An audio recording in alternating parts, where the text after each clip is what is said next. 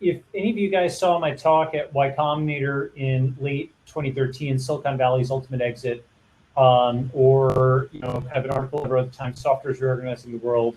I've been thinking about some of these ideas for some time, and so have so has Patrick Friedman and other folks like this. The thing about COVID-19 is it has accelerated this future in many different ways. Perhaps the most important is that the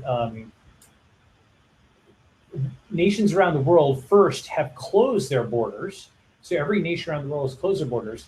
But what's going to happen is, due to the economic crash, they're going to have to reopen their borders selectively for skilled immigration. And moreover, people are going to want to leave countries or areas that have not gotten the virus under control and or do not have a functioning economy, and those will highly correlate. So while tourism is over, economic migration has, in my view, just begun. And what I mean by that is basically that, countries, the world is getting divided now into red zones and green zones. And the way I define it is a green zone, and this is actually, by the way, terminology that's now being used by the government of India, the government of France. So, this has kind of been on my Twitter for a while, seems, at least in part to be diffusing out there. But define a green zone as a place with comprehensive testing that is, that basically has no new cases within, let's say, the last 2 weeks or 4 weeks, okay? You can vary the time parameter.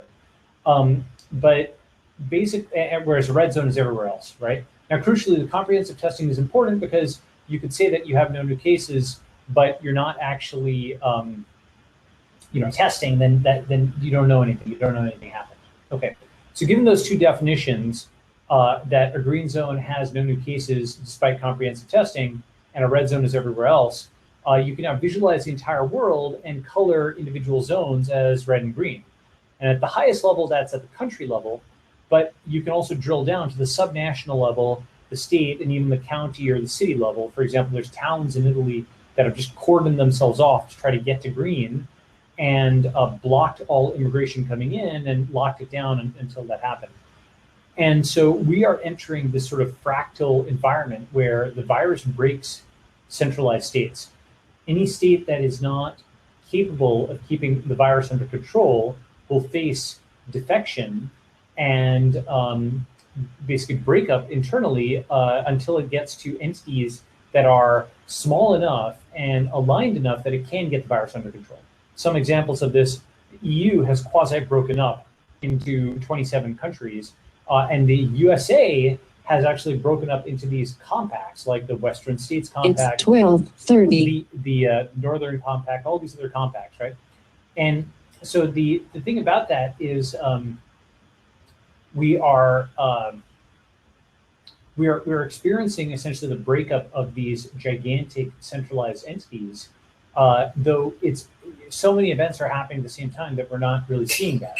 And China is really the exception that proves the rule here, in the sense of being a gigantic country that has managed to be fairly nimble and controlled. But for the most part, the countries that have been having success in controlling this are not the guided countries, but the small, nimble, locations like Singapore or New Zealand. And I know Singapore has a lot of cases, but I'm actually fairly confident they're going to bring it down over time. Okay, what's the point? So first, in general, large countries are being subject to this kind of, breakup pressure. Second, the world is being converted to red zones and green zones.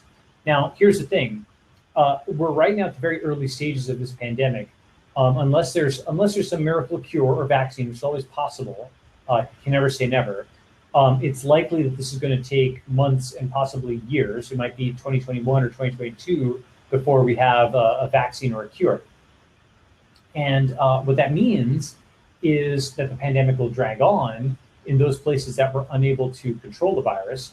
And even those places that did, they sacrificed economically to get there. So New Zealand, Australia, all these places have, very damaged economies, and they need to make hard currency now at a time when tourism is being cut off, when their folks can't travel, lots of normal economic activity is being disrupted or is just reduced due to social distancing that continues even after the virus comes back, or even after the virus is gone. For example, people may be cautious about getting into Ubers and things like that due to social distancing. So because of this, many countries, many zones are going to want to try to make money. One way of doing this is economic migration. Another way of doing this is going to be encouraging software companies which export bits in return for hard currency.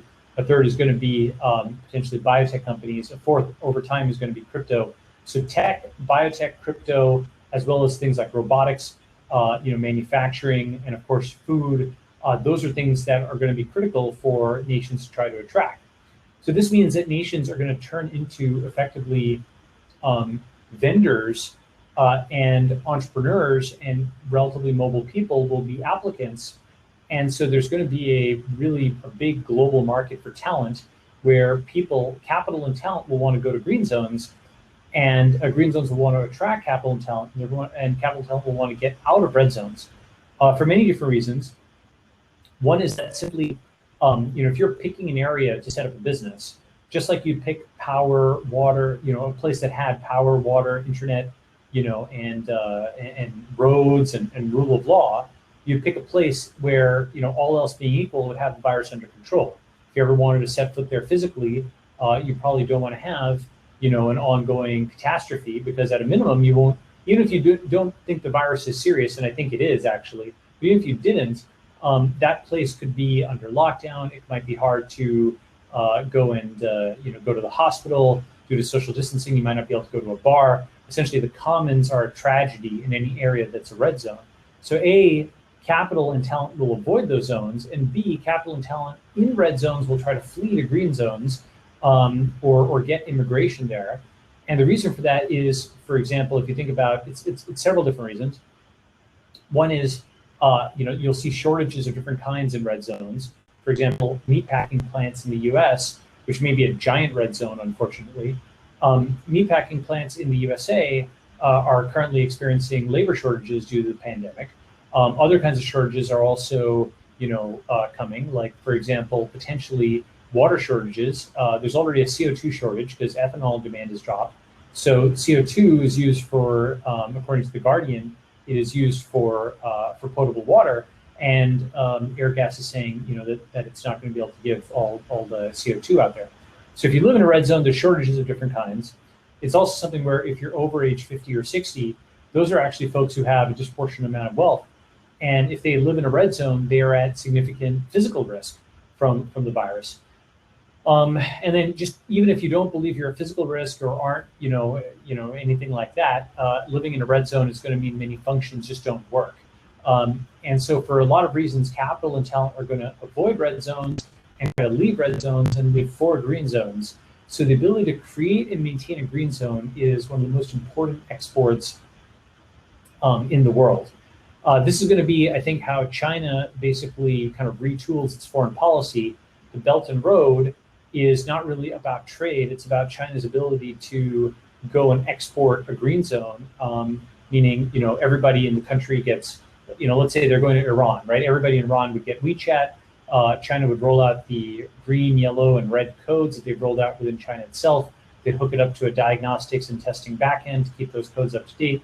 In this fashion, you'd essentially have Chinese boots on the ground that would get your country to green. This is one approach. Another approach, of course, is a homegrown organic approach, which is what Singapore, New Zealand, and so on are doing. I think that, some of the stuff out there right now where, folks are like, basically saying open up and so on. I understand why people are saying that because, obviously there's massive economic damage that's happened here. However, I think in the medium to long run, it'll be clear that those countries, like New Zealand, like, folks in Eastern Europe, like Hong Kong, like Taiwan, like South Korea, those folks that took the hit, reacted hard early on, got the virus under control, are going to be rewarded in the long run because they have competent governments, cooperative societies, they're technologically modern, and they're able to kind of coordinate effectively. And whether you argue it's because of the virus itself and its absence in those places, or whether it's simply because green zones have competent societies, I think those are going to be the ones that benefit in the post-COVID world. So because of this, we have this, enormous kind of market for talent and capital. And then here's the next shoe to drop. Many of the red zones are going to experience municipal and sovereign bankruptcies because they're going to lose capital and lose talent to green zones. But they do have land. And so those folks who have hard currency in green zones or cryptocurrency, there's an article in The Atlantic on municipal bankruptcies. You can Google another thing like the accounting rule that bankrupt cities. It's the title of an article at The Atlantic. If you go and read that, essentially what you're going to see is that a number of towns and cities and states, both in the US and around the world, have parlous, P-A-R-L-O-U-S, financial conditions because they've basically just gone into debt for a long time. A lot of towns will build a bridge without really thinking about whether the extra revenues from that bridge offset the cost of the bridge. There's a website called strongtowns.org that talks about this. But net is there's going to be potentially, these red zones will have a wave of municipal and sovereign bankruptcies, and there will be land for sale. And I think it's going to be possible over the next 10 years for those folks who have capital to be able to purchase land from these folks, potentially in terms similar to like a Hong Kong style 99-year lease, or what the Chinese government recently did in terms of purchasing a port from Sri Lanka or doing a sovereign lease from Israel. Obviously, it's the Chinese government, that's a nation state that's doing this kind of thing, but deals between sovereigns and other areas, or other countries or even individuals for land, I think are going to be back on the table by the mid-2020s as a function of this economic crash. So that is kind of the medium-term environment for kind of startup societies. And let me just kind of pause there and read through all the questions, because I haven't been reading all the feed over here. So let's see here, tons of stuff. All right, why don't I take some questions here if you guys have any questions, and then I will hand it over to someone else in about a minute or two, 25 minutes. Let's see.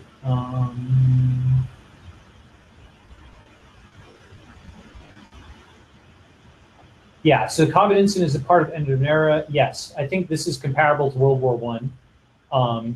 It is the transition. Future historians will think about this, I think, as the true beginning of the internet age.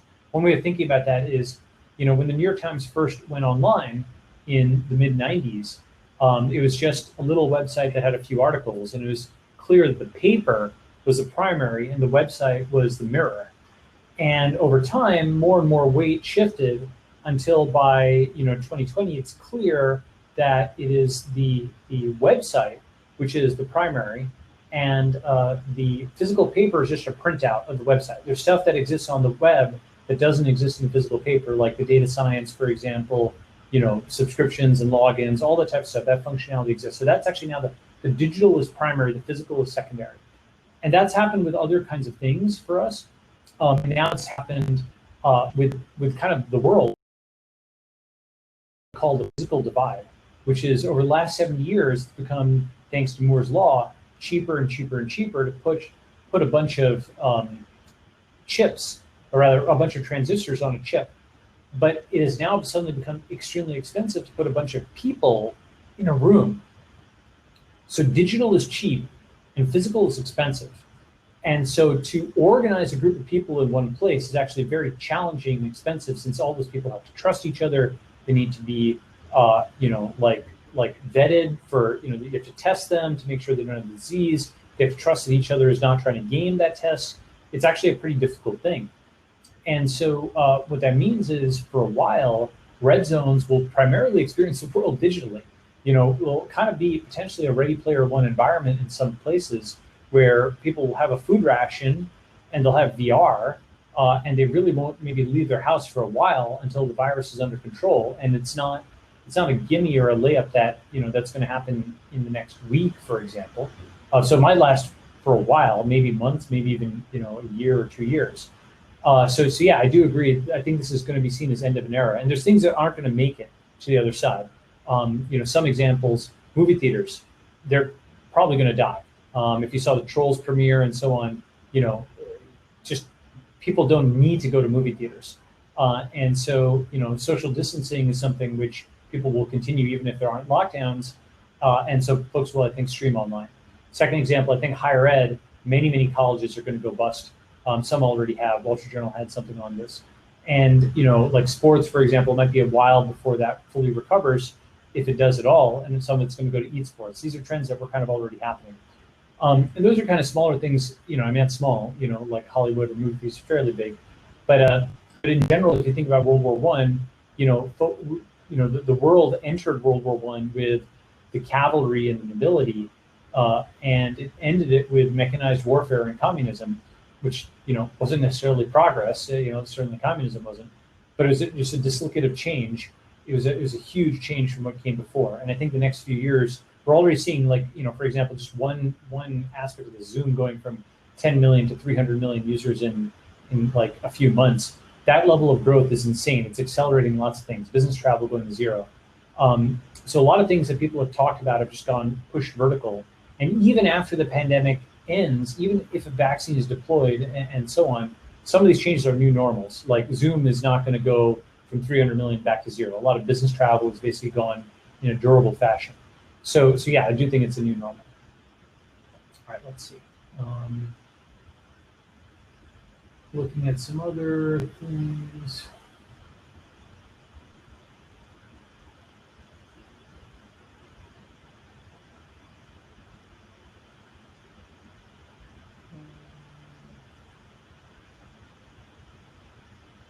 Yeah, I do not believe that the pandemic will be controlled by summertime. I do believe it's early stages of the pandemic. In the US, for sure.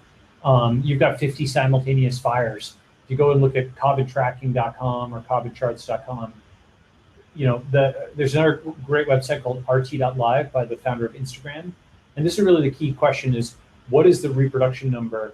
That is to say, how quickly is the virus replicating or not replicating? How quickly is it spreading in each of these states? If the effective reproduction number is above 1 or significantly above 1, you start going from, let's say it's 2, every one person has it, 2 people get it, and so on and so forth. If it hovers around 1 and it doesn't really decline significantly below 1, you just keep passing it on. 20,000 people get it, they pass it to 20,000 people, who pass it to 20,000 people, and the thing just kind of keeps going. And that's kind of where I think the US is. It's not capable currently right now of putting out the viral fire. Other countries are. So yes, I do think, unfortunately, it's early stages of the pandemic.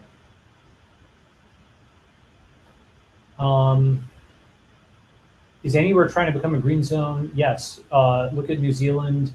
They declared victory, maybe prematurely, but I think they've done a good job. Taiwan, Hong Kong, South Korea has done fairly well. Singapore is trying to become a green zone. I think places in Eastern Europe have done fairly well. And I think China has many green zones. They've got a second outbreak in the Harbin province, but they basically are just kind of blanketed the country in surveillance. And now they're woke to the virus, right? Like they're looking for these viral fires breaking out over the country and then trying to just, boom, put them out by quarantining the area. They should know whether someone's sick within a few hours. It's similar to the scene in Batman where he has kind of total surveillance and is able to kind of find people and track them. And obviously it's better to do that in a privacy preserving way. These states are, however, managing, I think, to do that. And I think, unfortunately, the US is probably the largest big state that is really just not doing well at this. Someone said consumerism needs to die a painful death. Well, the consumer economy is over. Like the post-war economy, the boomer economy and so on for the last 70 years, the physical leisure economy has been retired. And people don't realize that yet, but that's bars, that's concerts, that's sports, that's events, that's restaurants, restaurant culture, all that stuff. Benedict Evans had this good saying once, which is things reach perfection right before they go away.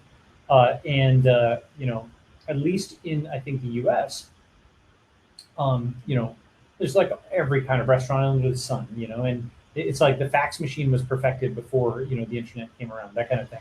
So I think that, we'll see what happens with the physical leisure economy, because I'm pretty bearish on it. I think in places that are green zones, they're going to be able to bring something like that back. But I think we're transitioning from a consumer age very much into a producer age. All right, looks like we've got our next person here. So I'm going to hand the mic over. I don't mean to kick you out, but I have to. Yeah. It's part of the No, no, platform. of course. Thank you very much. Yeah. That was very interesting. I'm sure many of our viewers were a lot. Thank you, Awesome. Balaji. Yeah. And just DM me at twitter.com, Balaji S, if you have any further questions. Thanks, guys. Awesome. Have a nice day.